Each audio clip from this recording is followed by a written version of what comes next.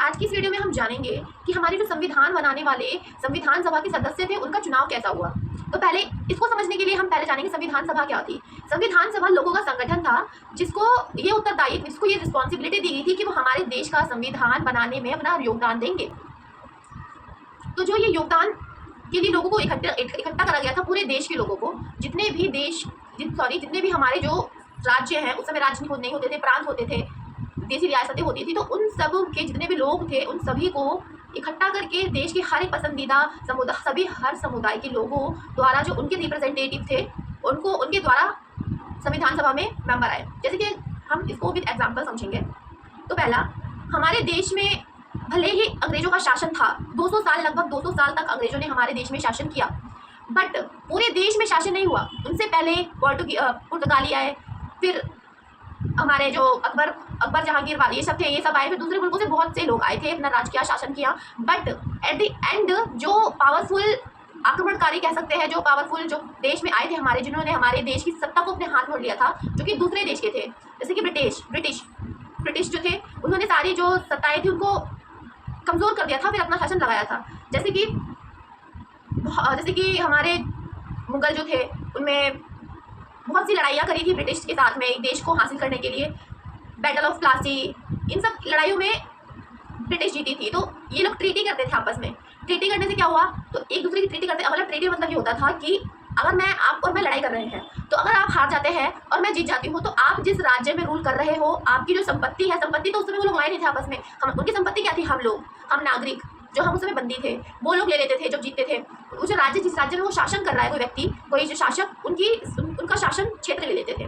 तो अब लड़ाई कर करके अंग्रेजों और मुगलों ने मुगलों से उनके क्षेत्रों को, बहुत से क्षेत्रों को छीन लिया था, और कुछ क्षेत्रों में वो लोग भी थे। अब क्या होता है, कहीं पर मराठा शासन, जहाँ पर अगर हम जाने गुजरात, बड़ौदा, सियाजी राव गायकवाड़ का बहुत बड़ा शास्त्र शहर माना जाता है। तो इसी तरह हर जगह अलग अलग चीज़ें थी, मतलब जो डायरेक्टली ब्रिटिश के अंदर कंट्रोल में नहीं थी। हमारे देश में भी राजा महाराजा थे, तो वो लोग भी अपने शासन में, अपने प्रांतों में, अपने रियासतों में लगे हुए थे, अपने काम कर रहे थे। तो ये सब हुआ। अब जब हमारा देश आज़ाद हो गया 1947, 15 अगस्त 1947 में जब हमारा देश आज़ाद हो गया, तब धीरे धीरे हमारे देश के लोगों ने प्रोग्रेस स्टार्ट करी कि संविधान सभा के लोगों को इकट्ठा करा जाए और उनके द्वारा से हम संविधान बनाएंगे अपना, कि हमारा देश किस तरह से रूल होगा। ओवरऑल ये सब कहानी थी। अब हम समझते हैं कि कैसे चुना गया। जो हमने बताया आपको कि सभी हमारे जो कंट्री थी वो स्टेट में तो परिवर्तित थी नहीं। हमने जब अपने देश को बनाया, अपने देश को एक पर्टिकुलर कंट्री का नाम दिया, अच्छे नाम मतलब इन द सेंस कि हमने अपने कंट्री को एक शेप दिया, एक डेमोक्रेटिक शेप दिया, लोकतांत्रिक शेप दिया। उससे पहले हमारा देश में कोई राज्य का सिस्टम नहीं था, प्रांत थे, देशी रियासतें थी। तो प्रांत और देशी रियासतें दो अलग अलग चीज़ है। प्रांत वो थे जहाँ पर ब्रिटिश लोगों का शासन था, ब्रिटिश लॉर्ड इरविन, इन सब लोगों का शासन था। और देशी रियासतें वो जहाँ पर मुगलों, नवाबों, राजा महाराजाओं का शासन था। प्रांत जहाँ पर ब्रिटिश लोग शासन करते थे, वो एरिया जहाँ पर ब्रिटिश का राज था वो। और देशी रियासत वो जहाँ पर हम भारतीय लोग जो थे, जो राजा महाराजा थे उनका, और जो बाहर से मुगल नवाब आए थे वो लोग शासन कर रहे थे।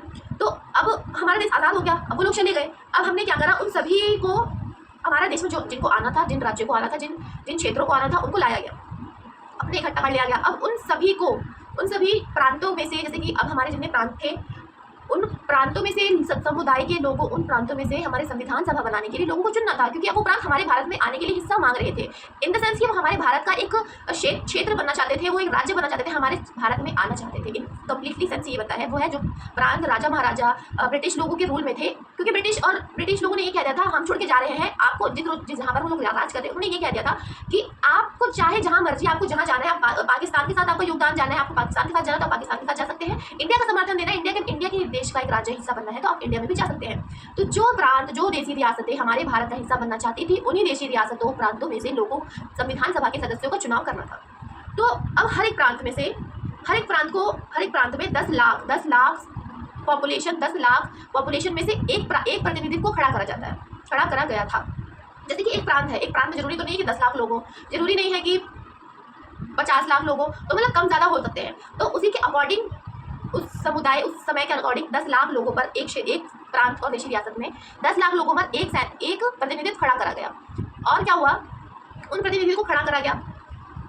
अब खड़ा करने का मतलब ये था कि वो हमारे संविधान में अपना योगदान देंगे। तो क्या हुआ, उन सभी जितने भी प्रांत थे, प्रांतों में से टोटल जब ये सब कैलकुलेशन करी गई तो प्रांत जो थे, प्रांत जहाँ पर ब्रिटिश का शासन था, वो वहाँ पर 292 मेंबर्स को चुनने थे संविधान सभा बनाने के लिए।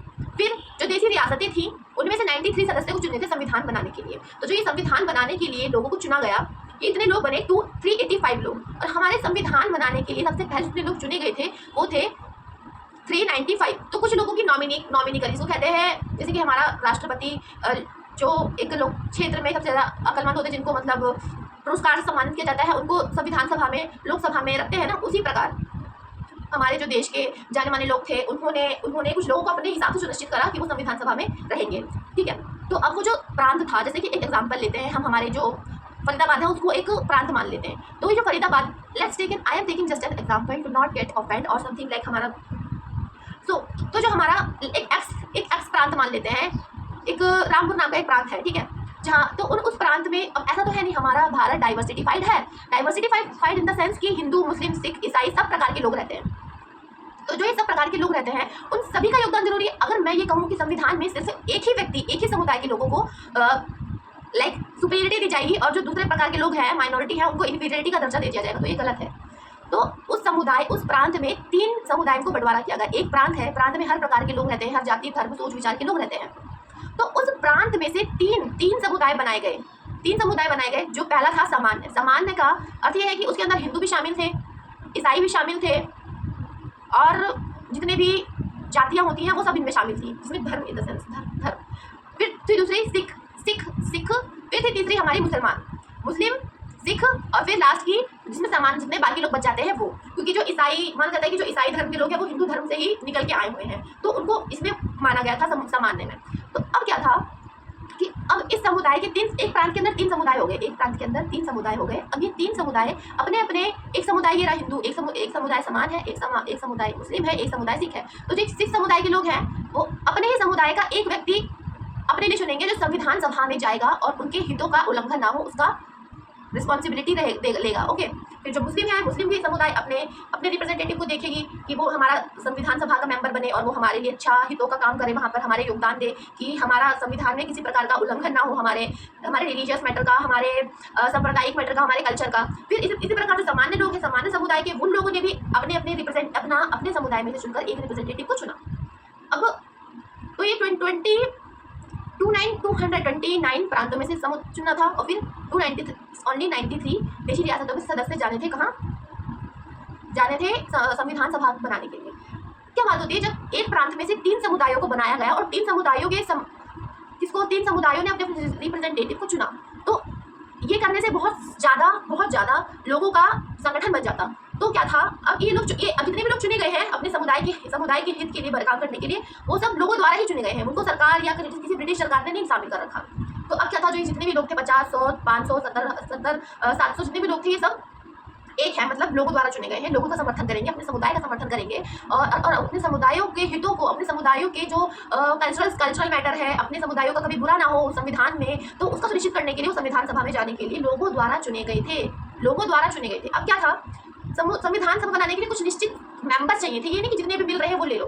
तो अब क्या था, जितने समुदायों द्वारा जो ये लोग चुने गए, लेट्स टेक एन एग्जांपल, 1500 लोग चुने गए लोगों द्वारा। अब क्या था, उस समय सरकार थी, उस समय ब्रिटिश की सरकार थी, और ब्रिटिश की सरकार भी लोगों से भी रूल करवाती थी। हमारे भारत के लोगों को नौकर बनाकर भले ही, लेकिन रूल करवाती थी। जो अमीर टाइप में लोग थे, भारत के भी अमीर लोग थे, तो उनको अपने एरिया के अंडर, सुपरविजन के अंडर उनको विधानसभा का मेंबर बना देती थी, अपने सरकार के अंदर काम करा देती थी। जैसे कि जो हमारी गांधी जी थे वो भी हमारे ब्रिटिश लोगों के अंडर काम करते थे। अब वो किस लिए करते थे, जासूसी करने के लिए या हमारे देश को आज़ाद कराने के लिए, उनके अंदर क्या चल रहा है वो सब देखने के लिए। तो इसी तरह हमारे जो भारतीय लोग थे वो भी ब्रिटिश के अंडर काम करते थे, क्योंकि ब्रिटिश ने सारी पावर अपने हाथ में ले ली थी। ट्रेड से लेकर, व्यवसाय से लेकर, एक छोटी से छोटी कार्य की जिम्मेदारी, सुपरविजन इसने ले ली थी। तो उस समय जो विधानसभा थी 1935 में, जो विधानसभा के सदस्य चुने गए थे हर एक क्षेत्र, हर एक प्रांतों में से, तो उन प्रांतों के जो विधानसभा के सदस्य थे 1935 के, उन लोगों ने इनमें से चुना लोगों को कि कौन उस क्षेत्र के लोग संविधान सभा में जाएंगे। अप्रत्यक्ष, जिसको कहते हैं अप्रत्यक्ष वोट की प्रणाली से चुना गया। तो अब ये चुना गया, लोगों ने जो ये लोग कैसे चुने गए, किसके अनुसार? 2 सिस्टम थे, समानुपातिक प्रणाली और एकल संक्रमण। समानुपातिक वो होता है जिसमें जितने परसेंट वोट मिलते हैं लोगों को, उतने परसेंट के एरिया में उतने परसेंट लोगों का प्रतिनिधित्व मतलब वो संसद में करते हैं। मतलब उतने ही संसद के, जैसे कि 100 लोग हैं समुदाय में, 100 लोग एक समुदाय में, तो 100 लोगों में से 60 लोगों ने एक प्रतिनिधित्व को वोट दिया और 40 लोगों ने एक प्रतिनिधित्व को वोट दिया। अब संसद में जो उस पार्टी को वोट मिलेंगे, जो एक पार्टी है, उस पार्टी में 40% जो लोग हैं, 40% लोग संसद में बैठेंगे, वो एक पार्टी के व्यक्ति से बैठेंगे। एक पार्टी है उसके अंदर से बैठेंगे संसद में, और जो पार्टी 60 लोगों से जीती है, उसको 60% प्रतिनिधित्व मिलेगा संसद में, संसद की सीटों से। तो इस तरह करके हमारे जो संविधान सभा सदस्य थे वो चुने गए, और संविधान सभा के सदस्य जब चुने गए तो वो 395 सदस्य थे।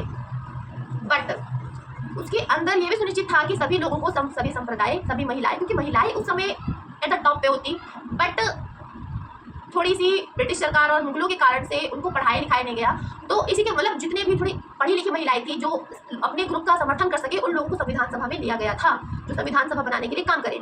तो 15 ऐसी महिलाएं थी जिनको ऑल ओवर इंडिया से लिया गया था संविधान बनाने के लिए। फिर आते हमारे 28 ऐसे SC से मेंबर लिए गए थे जो संविधान सभा बनाने में अपने संप्रदाय, अपने समुदाय का समर्थन करें और अपने समुदायों के हितों के लिए काम करें संविधान सभा में।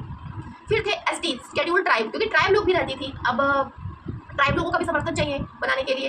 तो फिर 33 जो लोग थे संविधान सभा में, वो ST से बिलोंग करते थे, जैसे कि ताकि सभी लोगों को प्रतिनिधित्व हो सके। कोई ये ना कह सके कि हमारे संप्रदाय, हमारे समुदाय से लोगों को इकट्ठा नहीं करा गया, तो हमारे समुदाय की कैसे रिप्रेजेंटेटिव होगी संविधान में। ओके, तो आज के लिए इतना ही, मिलते हैं अभी नेक्स्ट वीडियो में। Thank you so much.